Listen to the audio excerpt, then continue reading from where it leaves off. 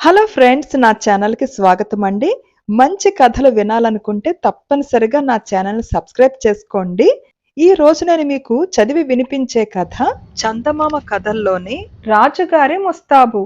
పాత్రలు: రాజు, మహామంత్రి, అష్టప్రధానులు, ఇద్దరు సీమసాలీలు, చోపుదారులు, సేవకుడు, ఇతర జనం. ఫ్రెండ్స్, ఈ కథ నాటకం అండి. ఒకటో రంగం: రాజుగారి దర్బారు. తెర ఎత్తేసరికి ఎదురుగా రాజసింహాసనం కనిపిస్తుంది. రాజుగారు ఇంకా రాలేదు. సింహాసనానికి కుడివైపున మహామంత్రి, ఎడం వైపున అష్టప్రధానులు కూర్చుని ఉంటారు. ఇంతలో బాకాలు వినపడతాయి. అందరూ వింటారు, లేస్తారు. చూపుదారులు తోవచూపగా రాజుగారు ప్రవేశిస్తారు. సింహాసనం మీద కూర్చుంటారు. అందరూ మహారాజు గారికి జై అని అరుస్తూ దన్నాలు పెడతారు.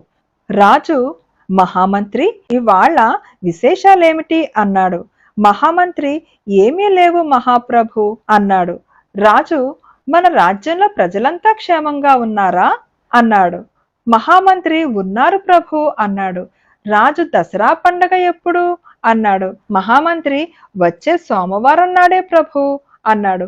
రాజు, మా ఊరేగింపుకు అన్ని సన్నాహాలు చేయిస్తున్నావా అన్నాడు. మహామంత్రి, చేయిస్తున్నాను ప్రభు అన్నాడు.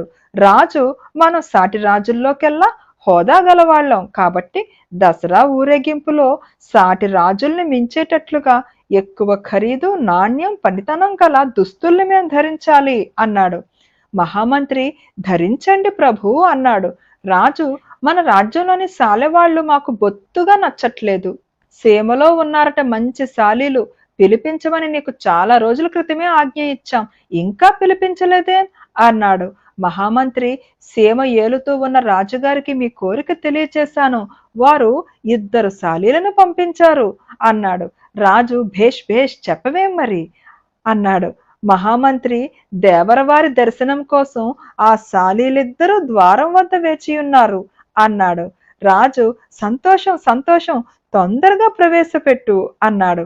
మహామంత్రి ఒక సేవకుడికి సైగ చెయ్యగా వాడు వెళ్ళి ఆ ఇద్దరు సీమ సాలీలను తీసుకువస్తాడు. సాలీలు రాజుగారికి వంగి వంగి దండాలు పెడతారు. రాజు, ఎవరు మీరు అన్నాడు. ఇద్దరు సాలీలు, మా రాజుగారు పంపగా మేము సీమ నుంచి వచ్చిన సాలీలం ప్రభు అన్నారు. రాజు, అందంగా నాణ్యంగా నెయ్యటం మీకు తెలుసా అన్నాడు. దానికి మొదటిసాలి, మహారాజులంతా మా చేతనే నేయించుకుంటారు ప్రభు అన్నాడు. రెండవసాలి, మేము నేసే చాపులు సాలెగూటు పోగు కంటే సన్నంగా తేలిగ్గా ఉంటాయి దొరా అన్నాడు. ఒకటవసాలి, మా నేతలో ప్రపంచం కని విని ఎరుగని ఒక మహిమ ఉంది ప్రభు అన్నాడు. రాజు ఆత్రంతో ఏమిటా మహిమ అని అడిగాడు. ఒకటవసాలి, మేము నేసిన చాపులు లంచాలు తినే ఉద్యోగులకు, వివేకం లేని రాజులకు ఎంత మాత్రమూ కనిపించవు, మిగతా వాళ్ళకే కనిపిస్తాయి అన్నాడు. రెండవసాలి, తక్కిన సాలీల నేతకు మా నేతకు అదే తేడా అన్నాడు. రాజు ఎంతో ఉత్సాహంతో, భేష్ భేష్, అలాంటి మహిమగల దుస్తుల్ని ధరించడమే మా హోదాకు సరిపోతుంది. మహామంత్రి, వీళ్ళకు కోరినంత ధనము సామగ్రి ఇచ్చి తొందరగా తయారు చేయించు. నీకు నీ అష్టప్రధానులకు ఈ క్షణం మొదలు ఇదే పని. ఇహ ఇవాళ్ళకి దర్బారు ముగిస్తున్నాం అన్నారు. అందరూ మహారాజు గారికి జై అని చెప్పి వెళ్ళిపోయారు. రెండో రంగం: రాజుగారు మేడలో గది. సోమవారం నాడు తెర ఎత్తేసరికి సాలీలిద్దరూ చెరో మగ్గం ముందు కూర్చుని నిజంగా నేస్తున్నట్లే కాళ్ళు చేతులు బహు చురుకుగా ఆడిస్తూ ఉంటారు. నేల మీద ఒక చాప, ఆ చాప మీద జరీపోగుల కుప్పలు, చీనా పట్టునూలు కుప్పలు ఉంటాయి. ఇంతలో ఒక సేవకుడు ఇంకా కొన్ని జరీపోగుల కట్టలు, పట్టునూలు కట్టలు నెత్తి మీద పెట్టుకుని ప్రవేశిస్తాడు. ఒకటవసాలి సేవకుడితో, రాజుగారికి మా దండాలు చెప్పి ఈ జరీపోగులు చాలమని ఇంకా రెండింతలు కావాలని మనవి చెయ్యి, వాటిని ఆ చాప మీద పెట్టి ఇహ వెళ్ళు అన్నాడు. సేవకుడు ఆ కట్టల్ని చాప మీద పెట్టి వెళ్ళిపోతూ ఒక్కసారి మగ్గాల వైపు ఓరచూపులు చూస్తాడు. మగ్గాల మీద ఏమీ కనపడవు. గాభరా పడి బిత్తరు చూపులతో వెళ్ళిపోతాడు. ఒకటవసాలి, తమ్ముడు, మన కష్టానికి తగిన ఫలం ఎన్నాళ్ళకు దొరికింది. ఇహ ఆ కట్టలన్నిటినీ మన పెట్టెలో సర్ది తాళం వేసేద్దాం రా అన్నాడు. ఇద్దరూ లేచి ఆ కట్టల్ని పోగు చేసి పెట్టెలో పెట్టి తాళం వేస్తారు. మళ్ళీ వచ్చి చెరో మగ్గం ముందు కూర్చుని వెనుకటి మాదిరిగానే నిజంగానే నేస్తున్నట్లే కాళ్ళు చేతులు తెగ ఆడిస్తుంటారు. ఇంతలో అష్ట మంత్రులు వస్తారు. మగ్గాలకేసి యగాదిగా చూస్తారు. ఏమీ కనపడవు. ఎవరి మనసులో వారికి గాభరా పుడుతుంది. సాలీలు ఆ మగ్గాల నుంచి చాపులను తీస్తున్నట్లు మడతలు పెడుతున్నట్లు అభినయిస్తూ ఉంటారు. ఒకటవసాలి మంత్రుల్లారా, దండాలు దండాలు, ఇదిగో ధోవతి, అదిగో ఉత్తరీయం, వీటి అందం, నాణ్యం, పనితనం ఎలా ఉన్నాయి అని అడుగుతాడు. ఒకటవ మంత్రి రెండవ మంత్రితో కొంచెం సందేహంగా మీ అభిప్రాయం ఏమిటి అని అడుగుతాడు. రెండవ మంత్రి అంటాడు కదా, మీ అభిప్రాయం ఏమిటి అని ఒకటవ మంత్రిని అడుగుతాడు. ఒకటవ మంత్రి నాకు అంటే నా మటుకు నాకు చాలా అద్భుతంగానే కనపడుతున్నాయి. రెండవ మంత్రి అంటాడు కదా, నాకు అంతే. మూడవ మంత్రి అంటాడు కదా, నా కళ్ళకు పండు వెన్నెలలాగా మిలమిలమంటున్నాయి. నాలుగవ మంత్రి అంటాడు కదా, నా కళ్ళకు ఇంద్రధనుస్సులాగా మెరిసిపోతున్నాయి. ఐదవ మంత్రి అంటాడు కదా, నా కళ్ళకు బంగారపు రేకుల్లాగా కనపడుతున్నాయి. ఆరవ మంత్రి అంటాడు కదా, నా కళ్ళకు సీతాకొక చిలక రెక్కల్లాగా జిగ్జిగిమంటున్నాయి. ఏడవ మంత్రి అంటాడు కదా, చూడగా చూడగా నేను కలలో ఉన్నానా అనిపిస్తూ ఉంది.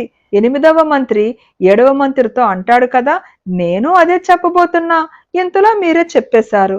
తొందరగా మహామంత్రి ప్రవేశిస్తాడు. మహామంత్రి ఈ విధంగా అన్నాడు, ఊరేగింపుకు వేళయింది. రాజుగారు చాలా తొందరపడుతున్నారు. ఇంకా తయారు కాలేదా? ఇద్దరు సాలీలు అన్నారు కదా, మహామంత్రి గారికి దండాలు దండాలు తయారు చేశాం, ఇవిగో చూడండి. ఇద్దరు సాలీలు చెరో చాపును విప్పి చూపిస్తున్నట్లే చేతులతో అభినయం చేస్తారు. ఎంత చూసినా మహామంత్రికి ఏమీ కనపడవు.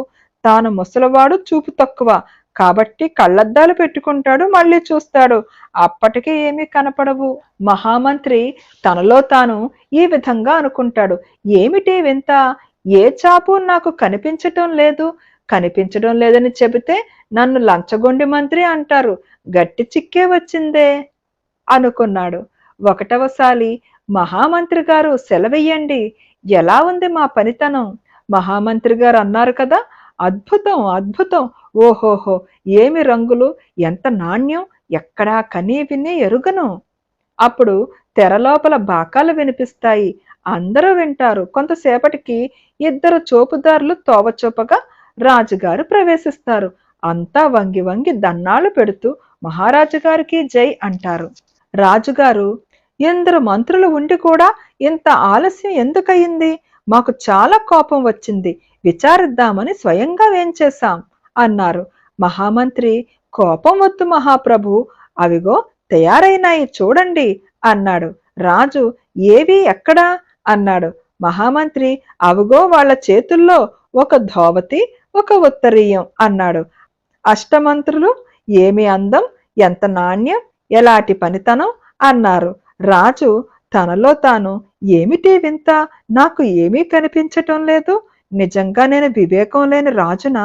ఈ సంగతి పైకి తెలిస్తే ప్రజలు నన్ను లెక్క చెయ్యరు అని అనుకుని పైకి భేష్ భేష్, అద్భుతం అద్భుతం సాలీలతో ఈ విధంగా అన్నాడు కదా, మీ పనితనాన్ని చాలా చాలా మెచ్చుకున్నాం, మీకు చెరో గ్రామం ఇనామిస్తాం అన్నాడు.